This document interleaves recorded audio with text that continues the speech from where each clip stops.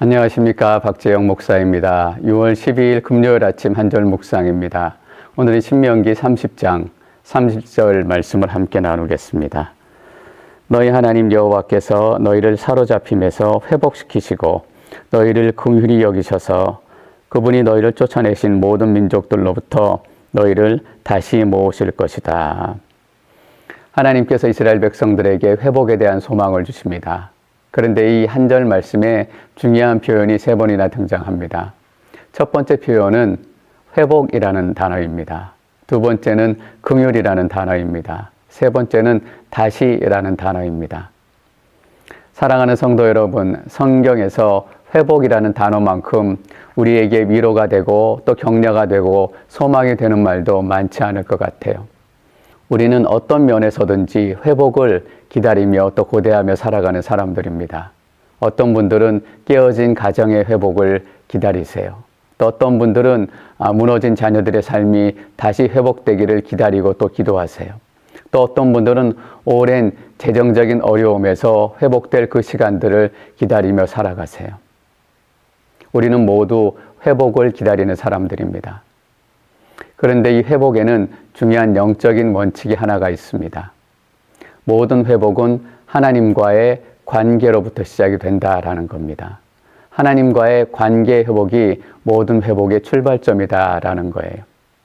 예배가 회복되고 기도가 회복되고 또 하나님의 말씀과 순종이 회복되고 그렇게 되면 삶의 다른 회복들은 우리 삶에 자연스럽게 열리는 열매처럼 뒤따라오게 될 줄 믿습니다.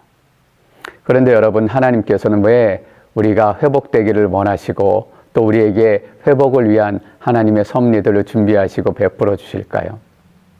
우리가 많은 일들을 하고 우리가 제법 괜찮은 사람으로 변화됐기 때문에 그런 건 아닌 것 같습니다.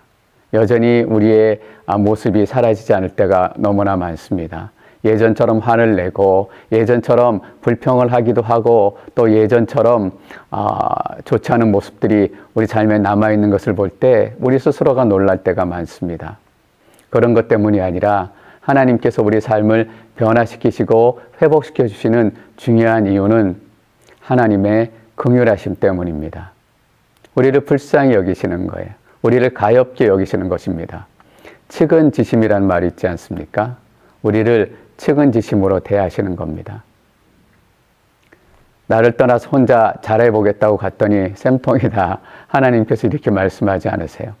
혼자 하려니까 힘들지, 인생이 버겁지, 어렵지, 도저히 일어서기가 쉽지 않지, 많이 힘들구나, 많이 지쳤구나. 하나님께서는 그렇게 우리를 기다려주시고 받아주시고 우리와 함께 하시기를 원하십니다. 하나님의 긍휼하심입니다. 사랑하는 성도 여러분, 그래서 우리는 언제라도 다시 시작할 수 있는 은혜를 가진 사람들입니다. 다 무너졌던 삶이 하나님의 긍휼하심으로 말미암아 새롭게 회복되고 새롭게 일어서고 그래서 우리가 회복의 은혜를 경험할 수 있게 되는 것입니다.